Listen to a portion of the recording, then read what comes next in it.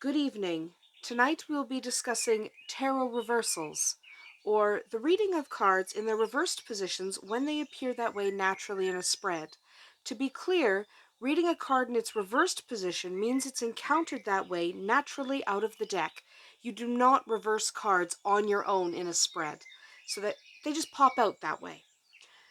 There's a great deal of debate regarding the reading of reversed cards in a spread. This is really one of those ambiguous areas that there's no one right answer for. There are dozens of different systems for reading reversed cards. Many of them are unhelpful because they are woefully impractical. Part of the problem comes from the term reversed meaning. Simply reversing any particular card doesn't really help you that much. It can be difficult and give unexpected and often undesirable results. So you can't just say the opposite. You can't just say, well, this is the trust card, so that it means you don't trust anyone. That's not really the way it works. You'll notice in my previous videos when I discuss each of these individual cards, and I have discussed all 78 cards in the modern tarot, but you'll notice one of the things I did was talk about a brief possible reverse definition for each card. That's only meant as a guide, because reversed meanings are actually really complicated and can be very difficult. When using reversed meanings, it might be helpful to use the spread as a story that needs telling. So, I'm going to lay out a few cards. Naturally, I don't know what these cards are going to be. I'm not going to read the spread. I'm just going to use it as an example. So just pull these out of here and do a quick shuffle.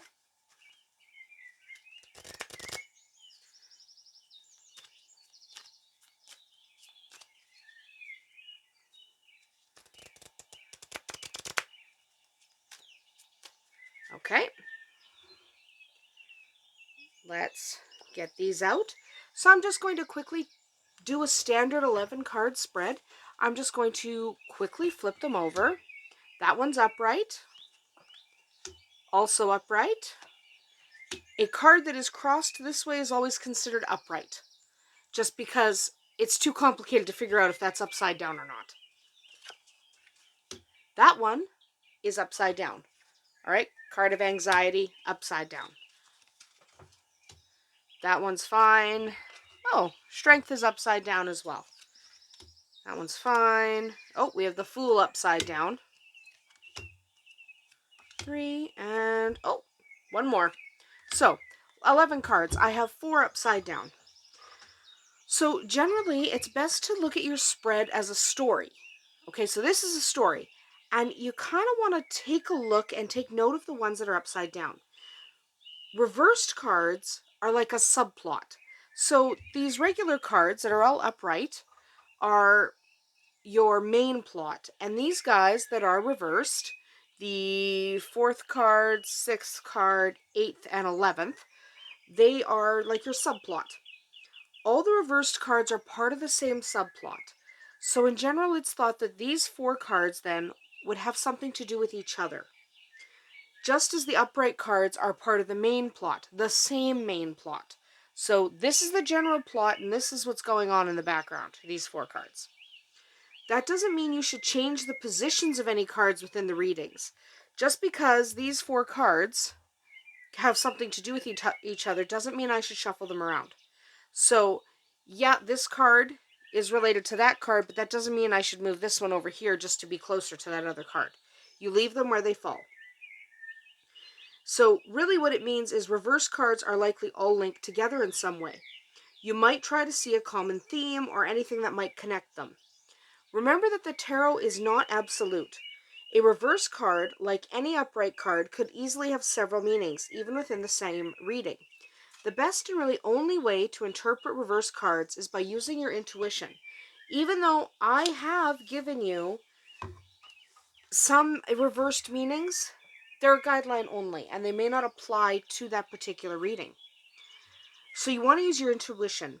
If the cards evoke a certain feeling or even a vague hint of a possible interpretation, take a moment to explore those feelings or that interpretation. It's kind of important. So, it's difficult to explain how to read these cards in their reversed positions without resorting to giving a list of meanings. And when you give a list of meanings, you end up just giving the reverse meaning of the card in its upright position. So strength here is upside down. So strength means bravery and strength. It's not a difficult card to interpret, actually. It's one of the easiest in the deck. Having it in its reverse position doesn't mean weakness, or doesn't necessarily mean weakness.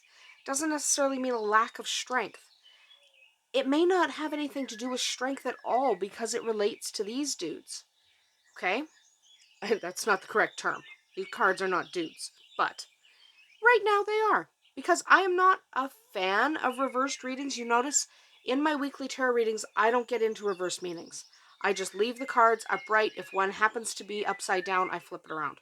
And that's fine. But, so it's hard to interpret these without giving just the opposite meaning. So that means strength, now it means weakness. I do my best to give a vague idea of what the reversed meaning might be, but you'll notice I talk about the reversed cards only a very little bit. I don't go too far. I just give very, very basic information about what that reverse card might mean. So listing a full and complicated reverse meanings would just be doing the tarot an injustice, really. For the tarot is far too complex for such a simple thing to be true, right? For this card means anxiety, now it means you're perfectly calm and don't have any anxiety at all. That's too simplistic.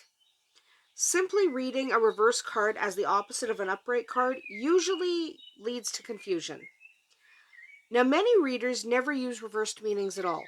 It's not that I never use them, I do sometimes. I just don't normally. And when doing a reading online, when there isn't a specific person asking a question, it's more a sample reading and a guide.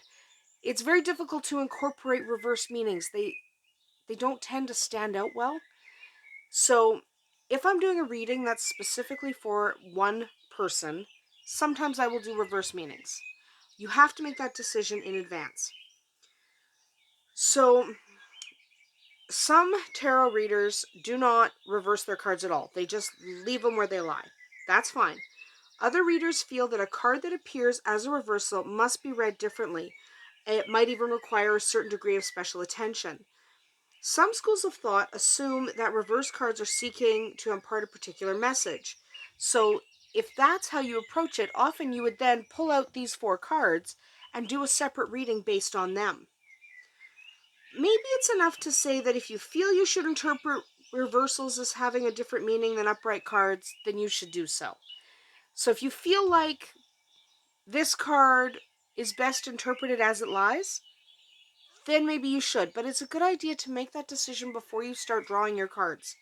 So already know whether you're going to read anything into reverse cards or whether you're just going to grab them all and flip them upright like that. Because you can do that too. That's not a big deal. You just have to make that decision in advance. So you should use whatever method works best for you. But I would advise against creating a list of meanings, even if these meanings are based off the reverse meanings I talked about in earlier videos. And especially if the list is derived simply by reversing the meanings of the upright cards. So you can't simply say, this is anxiety, now it means calmness. It's not going to work that way, and you really shouldn't do that. First of all, you don't need another 78 meanings to remember. There's already a lot to try to remember in tarot. You don't need to add more. It only causes more stress and ruin any attempt at reading your cards in a reliable fashion if you're constantly having to flip through 3 books to figure out the meaning. But in addition, doing it that way, having a specific list, and then using that for your reverse meanings, will result in a reading that is just too simplistic. The tarot should be fluid and flexible. So, while sometimes this card might mean your foundation is calm and lacking in anxiety, other times it might mean instead that anxiety doesn't permeate your entire being, that you have that anxiety, but that you have it under control, right? So it doesn't mean a lack of anxiety. In fact, in this particular spread, it doesn't mean lack of anxiety at all. I would interpret it to mean you have an anxiety that is actually helpful and under control. So you're not reacting as an anxious person, but the anxiety that you're feeling is helping you manage this entire situation. So it doesn't mean no anxiety. It means it's still there, it's just different, presenting differently. So I wouldn't make a list because it just makes it too simple. Even upright meanings are subject to interpretation. So when I give you an upright meaning, so for example, this card, if it was upright, okay, if it was like that, it would mean that you're not coping with stress very well, really. You're anxious and it's kind of getting in the way. Worries are paralyzing you. So that can actually be open to a lot of interpretation depending on the other cards in here. A list of meanings cannot possibly cover all the variations, even in an upright spread. So this card, okay, it means you're worried. It means you're stressed. It means that's affecting you. It means you don't have a lot of control over that. This doesn't mean the opposite. Okay, not necessarily. So it's very difficult anyway to interpret cards. You simply can't just have a list. You can't say, well, this is a card of anxiety, and so then it means calm. This is the card of strength, so now it means weakness. It doesn't work that way. And it is much easier on you if you kind of go with the flow and you kind of interpret them as they lie. So you would connect this card, for example, the crowning card, I would connect most strongly to here, here, and here. So I would relate this card to those three cards. Okay? That's how I would interpret strength, is I would use these three cards as kind of my anchor. So this is influencing these. And I would remember that these four cards are connected to each other. Okay, so this card means ruin when it's upright. When it's reversed, it doesn't necessarily mean no ruin, but when you combine a lack of ruin with a lack of strength and a lack of anxiety and a lack of trust, okay, that's a little too simplistic. That doesn't really make a lot of sense. So you have to interpret them based on the other cards in the spread. Your list of meanings cannot possibly cover all of these different combinations. It's far better to search for common themes and rely upon your own intuition. If you see additional meanings within your reverse cards, then you should accept those meanings as part of your tarot reading. So the strength card kind of does relate to the Seven of Wands. Okay, there's actually quite a few Wands cards here, and they all tend to relate, especially to the Strength card, just based on the nature of those cards. So it's easier to read them as a group. Remember, cards don't stand alone. And a reversed card doesn't stand alone either, but these cards are more connected to each other than they are to these guys in the middle. Okay, so you want Pippin. Sorry, there's a cat. So you want to relate these cards to each other and to the rest of the spread. So remember, main plot, subplot. Ultimately, using reverse meanings is not necessary, and if you're just getting started, I would not advise it. It's a matter of personal preference, really. For many people, attempting to use reverse meanings only causes unnecessary stress, and stress is counterproductive when attempting a tarot reading. Only use reversed meanings in your own practice if you feel comfortable and confident in your interpretations. It is important to know whether or not you are using reverse meanings before you even touch your cards, because uncertainty will muddle those readings quite a bit. So make your decision early on. Don't be afraid to grab a book if you need to, because we all have to do it at some point. Don't be afraid to look it up, and don't be afraid to admit you don't know. It's okay to say, look, I'm confused. I don't understand what the Fool means when he's upside down. He's a card of trust, of new beginnings, of starting out. Why is he upside down? That's okay to say that you don't know that yet. Okay, so this is how you present yourself to the world in this case. So you might be thinking, so am I seeming like I don't trust anybody? Maybe. That might be one interpretation. but you relate it to the other cards. So it's okay to say you don't know. It's okay to say you have to look it up. It's okay to say, you know what? I'm not reading them that way. It's okay to say I'm going to leave all of my cards upright all of the time. You do not have to read them reversed if you don't want to, if you're uncomfortable with it. So make that decision before you shuffle your cards. Know how you're going to read your cards, and then proceed from there. And remember, it's okay to change your mind. It's okay to say, I used to not read with reversals. Now I'm going to. Or this one time, I'm going to.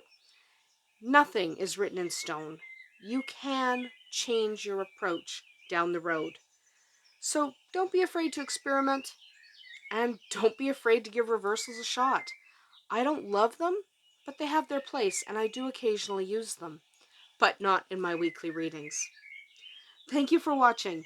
Tune in next time when we start discussing the spreads of the tarot. Blessed be.